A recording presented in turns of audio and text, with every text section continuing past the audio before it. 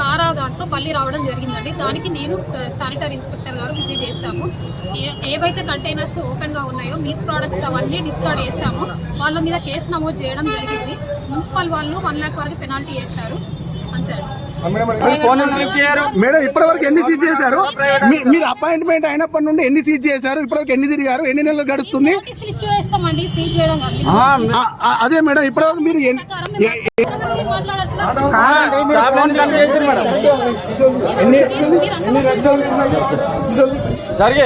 మాట్లాడుకుని వెళ్ళిపోతున్నాం.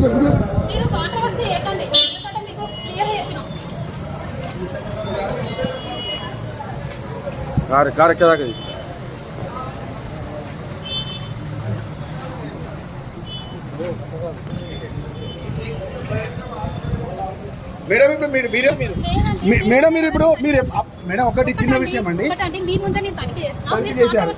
అవును కాంట్రవర్సీ కాదు తప్ప. మేడం ఇప్పుడు మీరు ఇక్కడ సామాన్య ప్రజలను అడగండి. మేడం మీరు ఎప్పటి నుంచి అపాయింట్మెంట్ అయ్యారు? మీ ఫోన్ ఎన్నిసార్లు పట్టారు చెప్పండి.